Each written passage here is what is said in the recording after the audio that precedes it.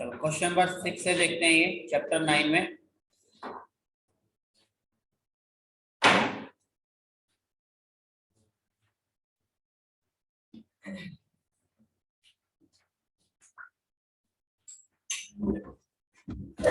वगैरह कि 1.5 metre tall boy standing some distance from the 30 metre tall building. एक 30 metre tall building है, उससे कुछ डिस्टेंस पे एक बॉय खड़ा है, ठीक है, हम मान लेते हैं ये, और इसकी जो हाइट है वो दी है आपको 1.5। अब वो कह रहा है कि यहाँ से उस टावर का जो एंगल ऑफ एलिवेशन है ना, वो दिया हुआ है 30 डिग्री। मतलब ये इससे कैसे है, ये एंगल कितना दिया आपको 30 डिग्री, और वो कुछ मूव कर रहा है। The angle of elevation from his eye to top the building increases from this if he walk towards building. अगर वो बिल्डिंग की तरफ चलेगा, मान लो इस पोजीशन पे आ गया वो यहाँ पर, ठीक है, तो अब इसका जो एंगल ऑफ एलिवेशन जो है वो चेंज हो गया, और चेंज हो गया 60 डिग्री। मान लो बॉय की हाइट जो है वो ए बी है, टावर की हाइट जो है वो सी डी है, और ये पॉइंट हमने ई हमें बना लिया। तो क्लियर है डी ई कितना होगा, डी होगा डी सी माइनस सीई, और डी सी हमारे पास है 30 माइनस 1.5, इट मीन 28.5 मीटर। अब आपको ये होता है फाइंड द डिस्टेंस। मान लीजिए वो यहां से यहां तक एक्स डिस्टेंस मूव किया उसने, ठीक है, और यहां से यहां तक की डिस्टेंस वाई मान लिया हमने, लेट कर लिया हमें कि बी, यहाँ पे एक पॉइंट और लेते हैं पी, मान लो बी पी जो है वो आपका एक्स है, एंड और हमने पी ई जो है वो ले लिया है आपका वाई। तो आप फॉर्मूला लगाओ पहले तो tan 60 डिग्री का, मान लो tan 60 डिग्री क्या होगा in triangle this, perpendicular upon base, D upon PE. क्योंकि ये इसकी हाइट यहाँ से, एंगल ऑफ एलिवेशन तो आई से होगा ना, तो इसलिए 1.5 ऊपर से होगा ना, पैर से नहीं होगा ना एलिवेशन, तो आई से होगा। तो आई से वहां तक की डिस्टेंस नहीं निकालनी, वो ये कह रहा है कि यहाँ से यहाँ चल के x मीटर आगे आया, तो x पूछा है उसने, x की वैल्यू बता, इसलिए तो tan 60 हो गया ये हमारे पास, और tan 60 की वैल्यू है √3, और डी ई की वैल्यू है हमारे पास 30, और पीई जो है वो है y। तो यहाँ से y की वैल्यू क्या है, हाँ जी बिल्कुल सही है, 28.5 होगी। डी ई जो है ये 30 थी कंप्लीट, और ये है 28.5 है डी ई यहाँ तक, ठीक है। तो y इक्वल टू हो जाएगा आपके पास 28.5 अपॉन √3, ये नंबर 1। अब आ जाओ tan 30 पे, tan 30 क्या होगा, वही डी ई अपॉन आपकी बार आएगा बीई। tan 30 की वैल्यू क्या है हमारे पास 1 अपॉन √3, डी वही है 28.5, और नीचे जो वैल्यू हमारी बीई, बी कितनी होगी x प्लस वाई। तो x plus Y equal to में क्या आ गया 28.5 √3। यहाँ y की वैल्यू उठा के यहाँ रख दो, तो क्या आएगा x प्लस 28.5 अपॉन √3, तो इधर इक्वल टू में है 28.5 √3 माइनस -3 आ गया। अब x की वैल्यू निकालनी है आपने, तो 28.5 √3 माइनस 28.5 अपॉन √3। अब इसको सिंप्लीफाई कर लो, 28.5 अगर आप कॉमन ले लोगे और एलसीएम लेके सोल्व करोगे तो ये आएगी वैल्यू 3 माइनस 1 अपॉन √3, ठीक है। इसको थोड़ा सा सिंप्लीफिकेशन करना है हमें, तो x की वैल्यू होगी 28.5 इंटू 2 अपॉन √3। इसको रेशलाइज करते हैं अगर हम √3 से ऊपर नीचे, √3 से ये मल्टीप्लाई, तो √3 इंटू √3 कितना था 3 से कट जाएगा, 3 9 जा 27, 3 5 9.5 इंटू 2 19 √3 आंसर देखना, एक्स की वैल्यू 19 यही है ना, बस ठीक है। तो इतने मीटर आपका, हाँ जी, ये वो क्रॉस है, सिर्फ 3 है वो, मगर इसको सोल्व करना ना, 3 - 1 आएगा ना, एलसीएम लेंगे नीचे 1 आएगा, वो मिस्टेक से वहां पे आ गया, यहाँ कुछ नहीं है, ये यहाँ पे कुछ नहीं है।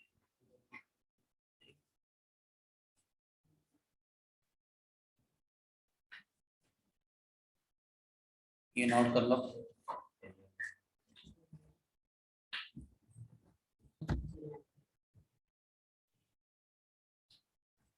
नेक्स्ट क्वेश्चन नंबर 7,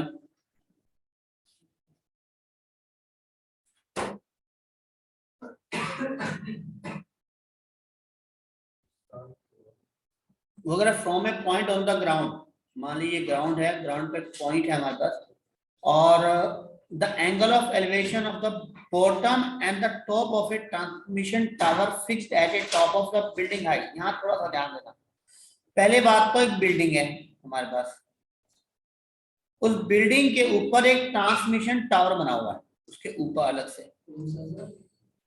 ठीक है। ये तो हमारा मान लीजिए बिल्डिंग है आपकी, ठीक है, ये आपकी बिल्डिंग है,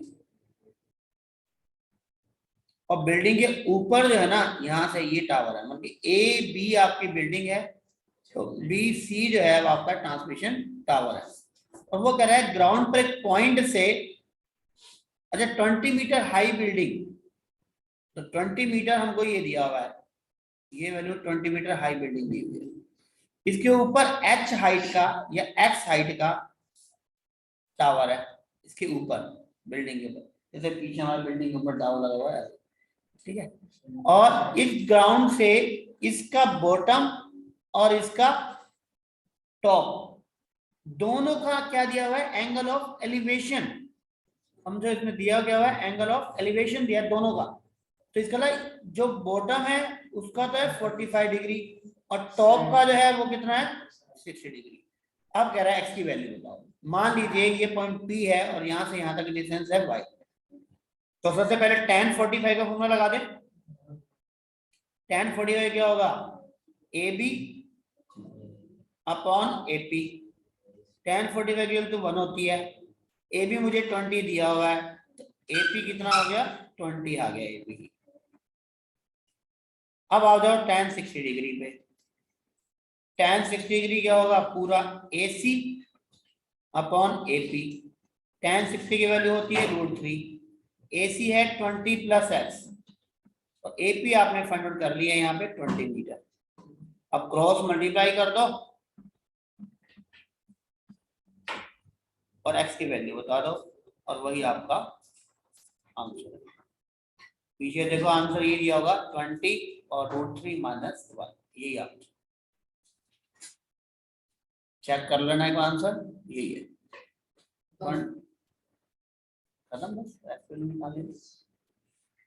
मैं कह रहा हूँ हर बार क्वेश्चन में 2 राइट एंगल बनेंगे, दोनों राइट एंगल में tan थीटा का फॉर्मूला लगाओ और वैल्यू इधर से रख के शिफ्टिंग करके सॉल्व करो सारे, जहां P और B का मामला है वहां सब tan ही लगेगा, और जहां तक आने वाले जितने क्वेश्चन और हैं 16 तक सब में tan ही लगेगा, वैसे रटना नहीं है आपको, पर मोस्टली यही लगेगा, 90% क्वेश्चन में tan ही लगेगा।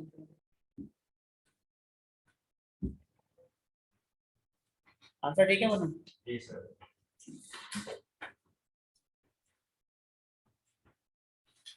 इसलिए डायग्राम, रफ डायग्राम बनना थोड़ा जरूरी है, अगर रफ डायग्राम समझ में आ गया तो फिर क्वेश्चन में कुछ नहीं बचा। मैं लिख सकता हूँ यहाँ पे भी, ए बी तो बिल्डिंग है हमारी, और बी सी जो है हमारा टावर,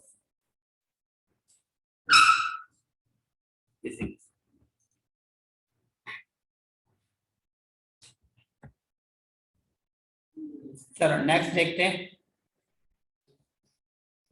क्वेश्चन नंबर 8।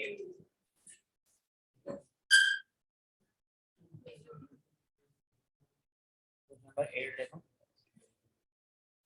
क्या कह रहा है, एक स्टैच्यू है 1.6 metre tall stand upon pedestal, means मान लीजिए कोई पेडेस्टल है इस जगह से, ये पेडेस्टल होता है स्टैंड लगे जो नीचे स्टैचू के नीचे बना होता है, ठीक है, चबूतरा टाइप में, ठीक है। अब 1.6 मीटर टॉल, अब जो स्टैचू है वो मान लीजिए है 1.6, ये 1.6 जो है हमारा स्टैचू है, मतलब पेडेस्टल ए बी है तो स्टैचू क्या हो गया, BC हो गया, ठीक है। और from A point on the ground the angle of elevation the top of the statue 60 degree, देखो ये ग्राउंड है, यहां से टॉप का जो एंगल ऑफ एलिवेशन है वो है 60 degree, and from the same point the angle of elevation of the pedestal जो है वो 45 डिग्री। पेडेस्टल का जो टॉप है उसका तो दिया हुआ है 45 और स्टैचू का जो है वो दिया है 60 डिग्री। सर ये ऐसे बनाना जरूरी तो नहीं है ना? नहीं वो आप सिंपल सर आप ऐसे बना सकते हो, सिंपल सा ऐसे आप सिंपल डायग्राम बना सकते हो। ये एक पॉइंट ले लिया, आपने ये पॉइंट ले लिया, वो समझने के लिए है कि A B C P 45 और 60 आप ऐसे ले सकते हो सिंपल से, वो तो समझाने के लिए थोड़ा ज्यादा क्रिएटिविटी करने की कोशिश कर रहे हैं, बाकी ऐसा कुछ जरूरी नहीं है, रफ डायग्राम है।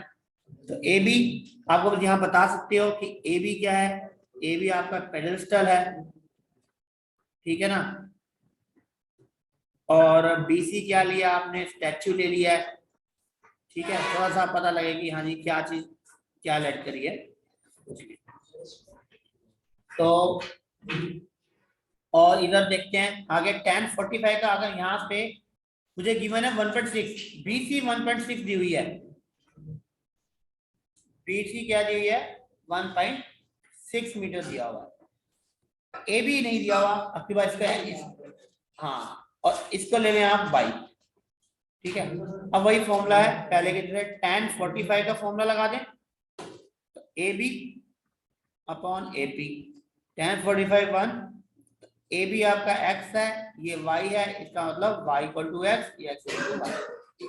दूसरा tan 60 degree AC upon AP, tan 60 √3, AC आपका क्या है 1.6 प्लस x, AP क्या है y, हाँ जी पूरा लेंगे ना tan 60, तो यहाँ पे y की वैल्यू x ही है, तो आप यहाँ पे √3 equal to 1.6 plus x upon x ले सकते हो, क्रॉस मल्टीप्लाई कर दोगे तो ये वैल्यू आ जाएगी आपकी √3x equal to 1.6 plus x को आप उधर ले जाइए, इक्वल टू 1.6, x कॉमन ले लिया, √3 माइनस 1 1.6, x इक्वल टू लेंगे 1.6 अपॉन √3 माइनस 1, रेशलाइज करना पड़ेगा इसको, है ना, √3 प्लस 1 से ऊपर से मल्टीप्लाई करते हैं साइन बदल के, तो वैल्यू क्या आ जाएगी मेरी, अगर इसको हम करें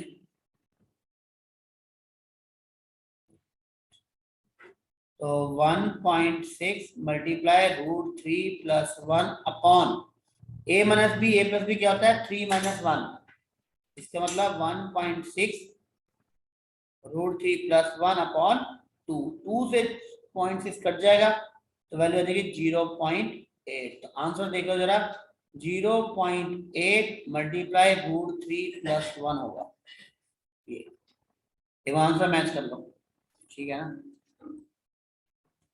यही होना चाहिए 0.8 √3 प्लस 1।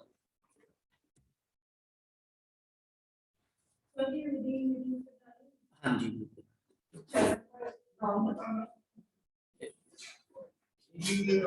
रिपीटेड डाला तो वो लिंक पता था तो कल वाली अब तक डाल रखी है मैंने, तो कल वाली वो भी डाल दी मैंने, चलो आप बोल अभी दे दो, चलो नोट ये 9 देखते हैं पहले बार, बना लिया डायग्राम, बस फिर तो क्वेश्चन हो गया होगा, फिर तो कर लो, अगर जिसका डायग्राम बन गया ना पहले मुझसे पहले करके देखो और फिर मैच करो कि आपने ठीक किया नहीं किया। देखो the angle of elevation of the top of the building from the foot of the tower, अब देखो बिल्डिंग और टावर दो अलग अलग है, दिखाना डायग्राम एक बार दूर से, गलत है, अब देखो बता रहा हूं क्यों, देखो क्योंकि पहली बात तो यहाँ बिल्डिंग की बात हो रही है और एक टावर की बात हो रही है और दोनों आमने सामने हैं। और elevation of the top of A building, मतलब कि बिल्डिंग ये है और टावर ये है, इस तरीके से। मतलब कि ए बी बिल्डिंग है तो सी डी आपका टावर है। मतलब कि आप इसको लिख सकते हैं, यहां तो है बिल्डिंग और यहां पर है ये टावर। और ये बड़ा क्यों है बिल्डिंग टावर से, क्योंकि यहाँ क्लियर है elevation, angle of elevation the top of the building, building का एंगल ऑफ एलिवेशन है foot of the tower, tower से नीचे की तरफ, और वो कितना है आपका 30 डिग्री। ठीक है, और टावर का क्या है, the angle of elevation top of the tower from the foot of the building 60। देखो अब यहाँ गड़बड़ होगी है, 60 डिग्री है इधर से, तो इसका मतलब 60 डिग्री जब बड़ा होता है 30 डिग्री से, तो ये हाइट जो है ये इससे बड़ी होगी, ये सी डी जो है डी ऊपर बढ़ा जाएगा, यहाँ पे मतलब कि टावर जो होगा वो बड़ा होगा, तो टावर का एंगल ऑफ एलिवेशन बिल्डिंग के एंगल ऑफ एलिवेशन से क्या है, ज्यादा है। चलो अब ये तो हो गया एंगल, 30 डिग्री इधर है और 60 डिग्री इधर है। चलो आगे अगर if the tower is 50 metre height, tower, ये टावर मुझे 50 मीटर दिया हुआ है और बिल्डिंग की हाइट पूछ रहा है, तो हम मान लेंगे let A B is equal to x metre और A C is equal to y metre, ये वाई ले लिया नीचे, और मुझे सी डी गिवन है 50। चलो अब हम फॉर्मूला लगाते हैं, पहले tan जिसका इक्वल है tan 60 लगा लो पहले, tan 60 डिग्री, तो क्या आएगा C D upon A C, tan 60 value है √3, सी डी बोले तो 50, ए सी इज वाई, तो y की वैल्यू क्या आ गई 50 अपॉन √3। अब आ जाओ tan 30 के फॉर्मूले पे, tan 30 डिग्री क्या होगा A B upon A C, tan 30 की value 1 upon √3, A B X, A C Y. ठीक है, तो यहां से y इक्वल टू में आ गया आपके पास x√3, और y की वैल्यू हमारे पास ये फाइंड कर चुके हैं 50√3, x√3, तो क्रॉस मल्टीप्लाई करेंगे तो 3x equal to 50, x equal to 50 upon 3, यही आपका आंसर है। जरा देख लो 50 अपॉन 3 है आंसर, यह होगा 16 2/3 आंसर होगा। देखो क्या दिया आंसर 16 2/3 या ये सेकंड, बस वही तो कह रहा हूं, आपने पिक्चर बनानी है, देखा जाए तो जो दी हुई इंफॉर्मेशन के अकॉर्डिंग राइट पिक्चर अगर बना ली तो उसके बाद तो फिर पैर के फॉर्मूले लगेंगे, 2 राइट एंगल लगेंगे और उसको सोल्व करेंगे। हाँ जी नेक्स्ट देखो क्वेश्चन नंबर 10, 2 पोल्स।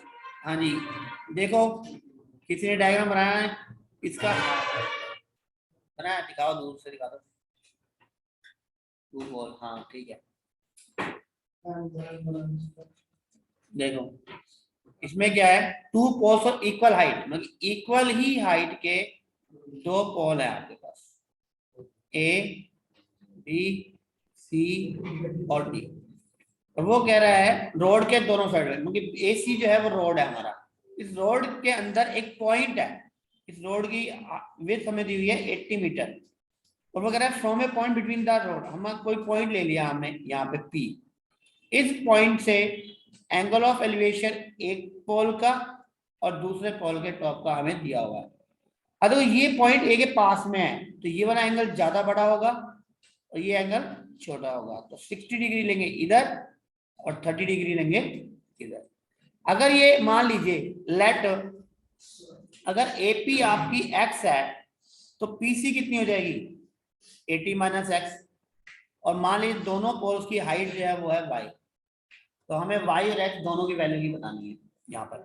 तो पहले फॉर्म, हाँ तो y, हाँ दोनों पोल इक्वल है ना, तो y इक्वल कर लिया, अब पहले एक X के लिए आप जैसे है एक्स तो यहाँ से आता भैया एपी एक्स। अब आप ट्रायंगल लगा दो पहले tan जिसका मर्जी tan 60 अप्लाई कर लो पहले। tan 60 डिग्री क्या होगा A B upon A P. tan 60 होता है √3, ए बी आपकी वैल्यू है y, ए पी है x, तो y इक्वल टू आ गया √3x नंबर 1। अब आ जाओ tan 30 डिग्री। tan 30 में क्या आएगा C D upon C P 1/√3। C D क्या है वैल्यू y, सी पी क्या है 80 माइनस एक्स। तो क्रॉस मल्टीप्लाई करेंगे तो आएगी value 80 minus X equal to √3y। अब y की वैल्यू 1 से रख दो अगर मैं, तो क्या वैल्यू आएगी देखो y है हमारा √3x, इसका मतलब वैल्यू होगी 3x। 80 minus x 80 minus x इसका मतलब 4x equal to 80, x equal to 20। जब x की वैल्यू 20 मीटर आ गई है मतलब कॉल से एक तरफ तो आ गई 80 और एक तरफ क्या आ जाएगी 60, और हमें हाइट निकालनी है तो फ्रॉम 1 में y की वैल्यू क्या है हमारी √3x, तो √3 इंटू 20 √3, ये आपके आंसर आ गया। तो हाइट ऑफ द पोल क्या है 20 √3 और पॉइंट जो है ड्रॉड पर वो है 20 मीटर फ्रॉम 1 पोल, तो ऑब्वियसली सेकंड पोल से कितना हो गया वो 60। तो आप लिख सकते हो from 1 20 metre, point between A and C क्या है 20 metre from 1 pole and 60 metre from other, और height of the pole is 20 √3। यही आपका आंसर, दो आंसर है आपके।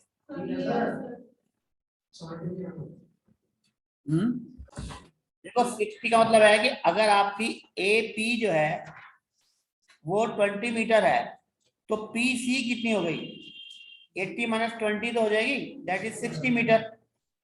तो ये आंसर दिए होंगे ना आपको, और ये हाँ जी नेक्स्ट देखते हैं क्वेश्चन नंबर 11। देखो डायग्राम दिया हुआ है तो बहुत अच्छी बात है, फिर तो दो राइट ट्रायंगल आपको दिए हुए हैं तो आपको सिर्फ और सिर्फ उन दोनों राइट ट्रायंगल का यूज ही करना है। तो सब कुछ ये है, मान लो बीसी आपने पूछा गया है find the height of the tower and width of the canal दोनों, ये कैनाल है बीसी, ठीक है। इस कैनल के एक कॉर्नर पे से 20 मीटर पीछे दो पॉइंट्स की बात कर रहा है, तो आपने एक तरफ इसको मान लिया x, इसको मान लिया आपने y, और फॉर्मूला क्वेश्चन फॉर पहले tan आपको चाहे 30 लगा लो अप्लाई कर लो, या tan 60 अप्लाई कर लो। tan 60 इक्वल टू होगा AB upon BC, it means √3 equal to x upon y, x equal to √3y। फिर आ जाओ tan 30 डिग्री, तो 60 की पहले वो इसलिए ले लिया कि वहां यहाँ दोनों को प्लस करना पड़ेगा, यहाँ डेट एक्सपोनेंट जहाँ डेट रिलेशन आ रहा हो ना वो पहले लेने का फायदा ये होता है सब्स्टिट्यूशन नेक्स्ट स्टेप में कंटिन्यू हो जाता है। देख अभी समझ में आ जाएगा आपको, जैसे मैं अप्लाई करूंगा ना ये तो समझ आ सकते हैं नहीं वैसे आप उल्टा कर दोगे तो फर्क नहीं पड़ने वाला। अगर आप पहले चाहे 60 लगा लो कोई दिक्कत नहीं है, दो इक्वेशन बनेगी, एक की वैल्यू उठा के दूसरे में रखनी है। वो थोड़ा सा अगर ध्यान रखोगे तो एक दो स्टेप बच जाएंगे, बस इतना सा है, बाकी होगा तो सही। तो देखो tan 30 में क्या होगा A B upon B D, तो देखो tan 30 की वैल्यू होती है 1/√3 और यहाँ पे x अपॉन y प्लस 20, तो क्रॉस मल्टीप्लाई करोगे तो y प्लस 20 को तो क्या आ गया √3x। अब देखो मैंने पता क्यों किया, देखो अब x आपको पता है x की वैल्यू आई हुई है, बस यहाँ डायरेक्टली कंटिन्यू कर दूंगा ना इसको, x वैल्यू √3y, बस ये एक फर्क होता है, बाकी और कोई फर्क नहीं। यहाँ फिर छोड़ के मैं दूसरा करना पड़ेगा, वहां वैल्यू रखनी पड़ेगी, एक से वैल्यू उठा के दूसरे में रखनी है जैसे मर्जी कर। तो ये आ जाएगी आपकी 3y y plus 20, it means 2y equal to 20, 2y equal to 20 it means y equal to 10, तो y 10 मीटर है, तो फ्रॉम 1 x की वैल्यू क्या आ गई हमारी √3 इंटू 10 √3। क्वेश्चन 4। एक ये आंसर आ गया और एक ये आंसर, ये दो आंसर नोट कर लो इसको। नेक्स्ट करते हैं question number 12।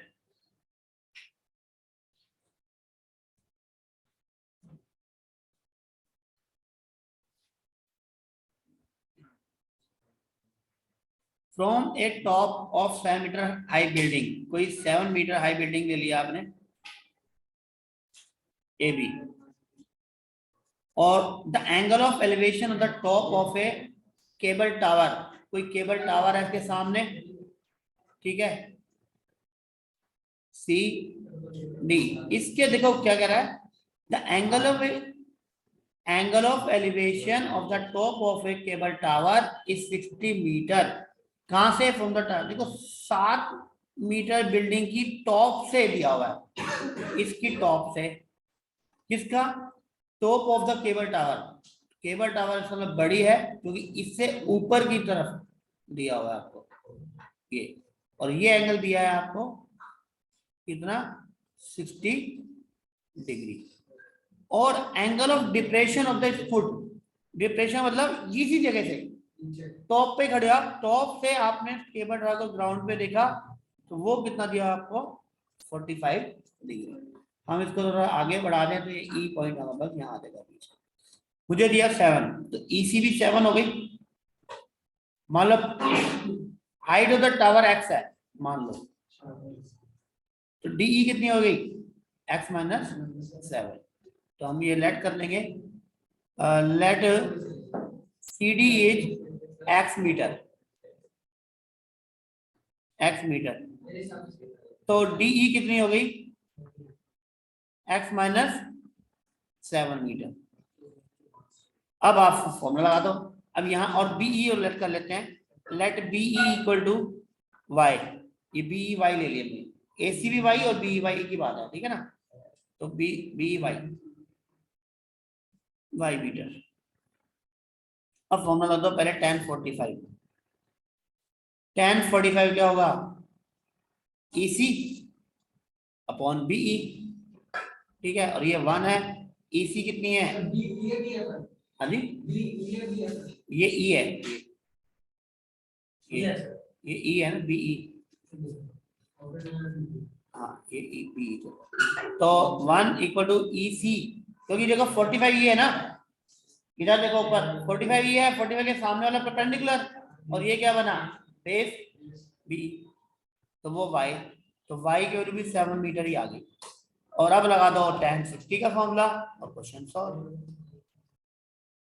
DE upon BE, tan 60 1/√3, DE बोले तो x माइनस 7 और BE बोले तो 7, क्योंकि वो y है, ठीक है। तो x minus 7 into √3 equal to आ जाएगा 7, x इक्वल टू 7/√3 प्लस 7।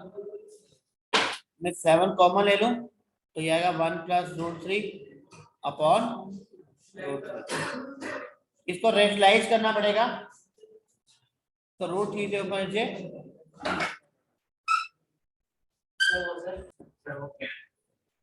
क्या चीज था? ये सर, बताओ कहाँ पे? बस सर वही। हाँ, ये √3 से रेशनलाइज करेंगे ना, तो सोल्व कर दो इसको, तो √3 तो √3 तो कितना हो गया? 3, तो बाहर वैल्यू आएगी 7.3, और √3 को अंदर मल्टीप्लाई करोगे तो आएगा √3 प्लस 3। बुक में देखो यही आंसर दिया होगा 7.3, 3 प्लस √3 शायद दिया होगा बुक में।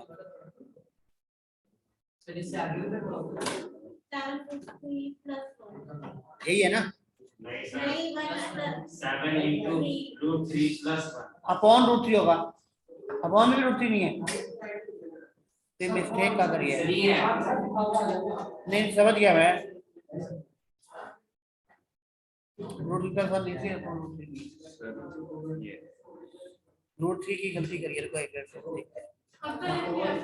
लिख लिया तो फिर गलत लिख लिया, बस काफी है। क्या बात है, क्या लॉजिक है? हाँ, गलती तो ठीक करनी पड़ेगी। रुको एक मिनट, गलती देखते हैं कहाँ गया। एक मिनट, मिस्टेक, एक मिनट, मिस्टेक ढूंढने दो, देखो अभी मिल जाएगी। 45 7 7 x minus 7 upon 7, तो x minus 7 equal to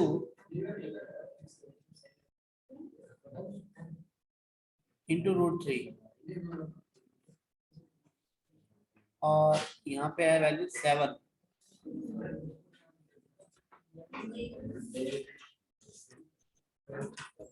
minus 7 equal to 7 upon √3.